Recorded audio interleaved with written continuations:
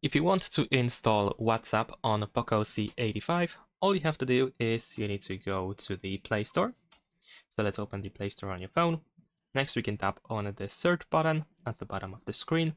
Next, we're gonna use the search field at the top. And of course, we can type WhatsApp. You can use these suggestions in order to quickly search for WhatsApp Messenger. Of course, this is the app that we are looking for. You can tap on install over here, or you can tap on the name of the app in order to open more details about the app, but we're gonna tap on install over here.